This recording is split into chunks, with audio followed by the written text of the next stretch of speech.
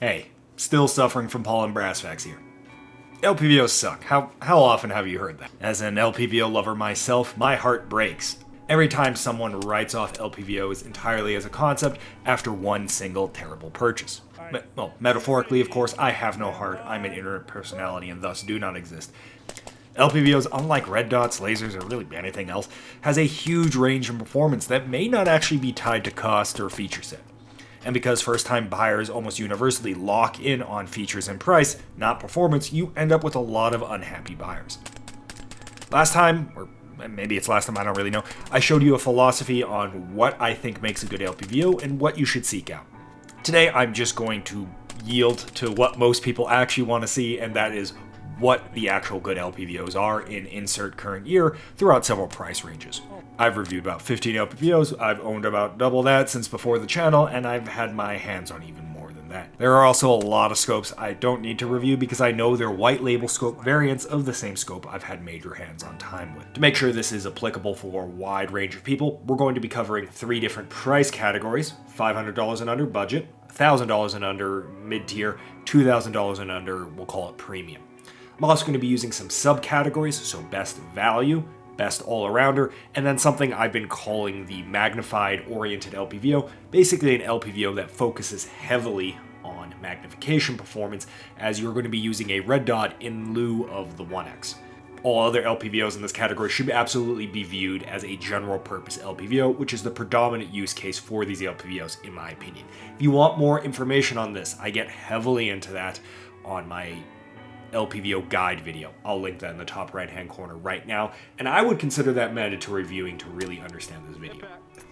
Before proceeding, the usual disclaimer: a lot of this list is going to come down to personal preference, philosophy of use, and value, and if I've missed your favorite scope, it probably has nothing to do with the fact that I may have just missed it, it's not my preference, and actually instead has everything to do with me hating you. Yes, you, specifically for owning that scope. This video was sponsored by Venture Surplus. Today, mountain houses. I hope this isn't the first time I'm introducing you to what a mountain house is, but if so, rapid fire, free fried meal, add water, wait, boom shakalaka, you got a 500 calorie warm meal. I like these a lot. I buy them in literal cratefuls. They pack down to being very dense and create minimal trash and basically zero cleanup for the amount of quality food you're getting. I know you guys buy a lot of stuff from Venture Surplus, so next time, throw in a couple mountain houses in so you can avoid paying REI prices on these. My personal recommendation: I know everyone thinks the chili mac or stroganoff is the best, but you guys are objectively wrong. Sorry, chicken teriyaki is the superior flavor, and get out of my face with biscuits and croutons. That stuff sucks. Sorry, Venture, I think this was supposed to be an ad, right? Starting out, $500 and under. I think a key component to understand at this price range is no matter how much you convince yourself otherwise, there is no free lunch. Every single scope here has notable Achilles heels or are incredibly basic. There's just not enough design budget to have it all, full stop. Trust me, my entire formative years of owning guns was trying to find LPVOs that could do it all in this price range. Unfortunately, it's not a thing. So here more than anywhere else, you need to laser focus in on what you care about and then understand everything else will likely be impacted as a result. So starting out, the best value here has to be the SIG MSR. Imagine a Strike Eagle or SLX or any other $200 to $300 LPVO, but this one comes with a free mount. Glass is okay, 1x is pretty mid, and the reticle is actually quite good for GPR usage with a modern BDC with wind holds and a good center aiming point. Personally, I recommend the 1 to 6x variant as it's going to be lighter and have significantly better 1x, and the glass really struggles to support the 8 and 10x models. Shit, the 1 to 6x is already actually struggling at the 6x, don't ask more of it. Guy on my Discord placed actually decently well at a medium range precision 5.56 shooting match with one of these, so it's certainly capable of getting her done. Just don't expect anything more than the bare minimum here. Now, for the first time in human history, Amazon is offering better optic prices than Euro Optics. I'll be damned. Oh, for the rest of the video, I'll be including affiliate links down below in the link tree, so if you want to buy one of these scopes and support me, well, you can do so down below. If you don't, make sure to scrub the URL, and that lets you spend 100% of your money towards our Lord and Savior, Jeffrey Bezos, the Slurp Lord himself. The best scope in this category has to be the 1 to 6x Nova. This guy's a banger. For those in the game a while, you know the king of budget scopes used to be the 1 to 6x SFP PST Gen 2. Red Dot Bright, basic reticle, top tier 1x, awesome glass quality. Biggest issue, a little bit pricey, kind of a heavy boy at 23 ounces. In comes the Primary Arms SLX 1-6X Nova. Nova for my dog, and also incidentally that it's basically Red Dot Bright. Weighs 17 ounces down from 23 and costs the exact same amount as that previously mentioned SIG MSR, except it doesn't come with a mount. But you're getting a significantly better scope here. The 1X is top tier within percentage points of the 1-6X Vortex I just mentioned, which itself is within single digit percentage of being one of the best. Weight is really good, competitive with basically any scope on the market, and its Red Dot Bright is icing on the cake. The only downside is the glass quality is a bit meh at the higher magnifications, and the 1X doesn't really match the focal level of the higher ends. You'll be dicking around with the focus a lot if you're a stickler for the best image possible, but it's still close enough that you can use it for rapid shooting, not a deal breaker by any means. You'll lose out on a complex reticle, but the 1-6X SLX line also has non-Red Dot Bright variants with ACSS if that's more your speed. It's $330 and it's probably one of the most well-rounded budget scopes in that category right now. An honorable mention here is perhaps the Vortex Venom that just came out. It's essentially Vortex Venom, but with the feature set and quality of a Strike Eagle. Honestly, it kind of feels like it makes the Strike Eagle obsolete in a lot of ways. So I'm not really sure what's going on with the Vortex lineup at this point, as it's frankly all over the place. But it's a very good option if you want just a little bit more and you're willing to pay for the mount. Hop's going to be reviewing here one shortly, and yeah, it's a good contender.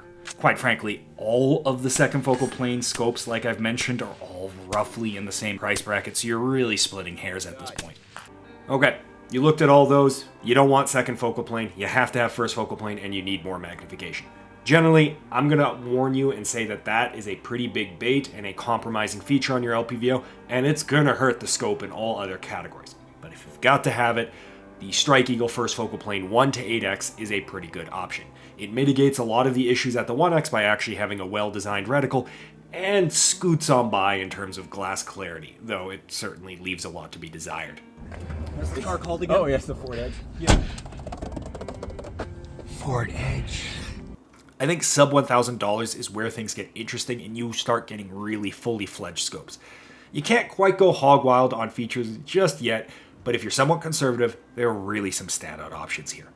The best scope has to be the 1-6S Credo second focal plane at this time. Now, a lot of that's going to be reticle preference, but I personally love this thing. I don't think it gets even half the praise it deserves. I think it's mostly slept on because it's an expensive second focal plane reticle that isn't Red Dot Bright, but really at 1-6X, first focal plane kind of just feels like a cool boy feature, not something that really makes all that much of a difference, and the reticle itself kind of negates the fact for needing a Red Dot Bright illumination. Would I want it? Yeah, absolutely, but that's going to cost you. It's got an excellently scaled reticle, not too fine, not too bold, just right, decent weight, and it's a Trijicon product, so it's very nice in quality. I did a review over at the Nova Group if you care.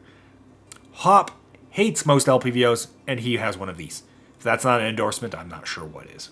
Now, look at that, the Vortex PST is right back at it. The 1-6X is excellent value for the money. Technically, they cost about $600, so that's already on the low end of the price bracket here, while delivering performance on par with some $1,000 SFP options. Also, it's such an old scope that you can find these things used all the time for under $500, which would technically push it in the other category, but whatever. In fact, all of the scopes of this type, these fiber bright, Red Dot Bright style LPVOs, so that would be your Delta Strikers, Voodoo 1-8X second focal plane, all tend to just be really good value for the money because they come in well under $1,000 while delivering top tier performance. All you're really missing out is first focal plane and a more advanced reticle. If you absolutely must have first focal plane, the 1-6X Voodoo is actually pretty good value for the money. The big caveat being here that the 1X leaves a lot to be desired, the reticle leaves a lot to be desired on the 1X, and for some reason this thing has exposed turrets. This category is really the hold my feet to the fire category because honestly, all of the kind of okay first focal planes here are so close to the $1,000 mark, and if you spend a tiny bit more, you get a significantly better first focal plane LPVO. But if it absolutely has to be under $1,000, the Voodoo as mentioned, but also the 1-10Xs from Primary Arms, so the GLX or the Athlon, kind of get the job done as basically just being the only contenders in this category. They have decent glass, atrocious 1X, and some weird reticle scaling issues, but yeah, I mean, winner by default if we want to call it that. We don't have one. Keep your fingers off my knob. Edge. No. All they've done is they've taken the stupid design from the fucking Dodge Ram 1500 and moved it from the console further down. Knobs don't belong in cars for gear shifts. All right, next up, sub $2,000 category, which in practice is actually really more like the sub $1,500 categories. There's not much at the $15,000 to $2,000 mark. So, you know those nice little categories I've made and been trying to stick to? Yeah, they're completely irrelevant here. I'm going to start sounding like a major fucking primary arms shill, which is ironic if anyone knows my history with some people at that company, but primary arms is absolutely the Hall son of the LPVO world. They are constantly iterating their LPVOs year after year. They have 4 billion SKUs for every single possible combination of features, and a lot of them are really head-scratching and kind of terrible, but there's going to be some bangers on the list. I can't take any LPVO recommendation list seriously if it doesn't have a PLXC. The PLXC is not just good, but it completely redefined what was possible in an LPVO. Small, compact form factor like an NX8, has 8X, first focal plane, and somehow still weighs 17 ounces. And on top of all that, best first focal plane 1X LPVO on the market, competitive with a lot of second focal plane 1Xs. Super flat, true 1X with a vanishing bezel. You can't ask for more. Well, you could ask for red dot bright, which, please, primary arms, do it. No, the PLXC Nova doesn't count. The glass is nothing amazing, it's fine, but it's been done better at this price point, and it's probably its weakest feature. But perfectly acceptable, and everything else makes this such a solid package. These used to cost somewhere around $1,200 to $1,300, but I think the word is out on these. Good luck finding these in stock at anything other than the MSRP of $1,500. The icing on the cake here is that Primary Arms offers these in meter BDC, yard BDC, and mils. Knocked it out of the park. Okay, because I broke the categories, I'm just going to rapid fire off some other options for those that exist in the holy shit I cannot stand the PLX ACSS reticle, which, trust me, that camp is actually quite big. It's really the busiest reticle ever conceived by man. The Tango 6T, first focal plane. Really a decent scope if you can get it used or on sale for $1,500 or less. It's really a solid 1 to 6x FFP scope. Sadly, these have gone up in price recently, and I'm not sure I'd recommend it at $1,700 MSRP. I really like the reticle on it as a simplified version of ACSS. If the PLXC didn't exist, personally, I'd probably run this scope in its place. Unfortunately, it's just a little bit pricey for what it offers. The Credo 1 to 8x FFP ends up being the magnified focus all-arounder. Worse 1x than the PLXC or the Tango 6T, but in all other categories, it's kind of a banger. Great reticle, amazing glass, enough said. There's also, in theory for this video, a $3,000 camp here, aka the Attacker Vortex Gen 3 1 to 10x and March short dots. I find it tough to recommend any of these. The Vortex Gen 3 is a really mediocre scope.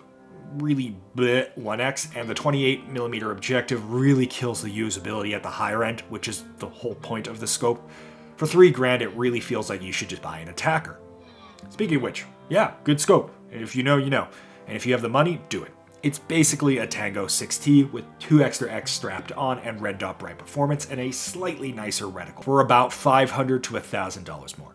Not a terrible proposition, especially if you're Scrooge McDuck, but I think most people will already find the 6 Tango really only makes sense when it's $1,500, and this at $2,500 is a pretty big ask. Okay, that's it. Thanks for watching. Here's your obligatory Nova footage. This is one of the few times where I'll actively shill my affiliate links because I've already done all of these reviews, so check them out below if you do end up wanting to buy one of these and want to siphon off like 1% of the asking price to me. Alright, later gents, see you in the next one. Nova, he needs more attention. Fuck him up. Get him. No, Get him. you hyper up. It's like, Get him, Nova. Get him. You'll never see him again. Get him.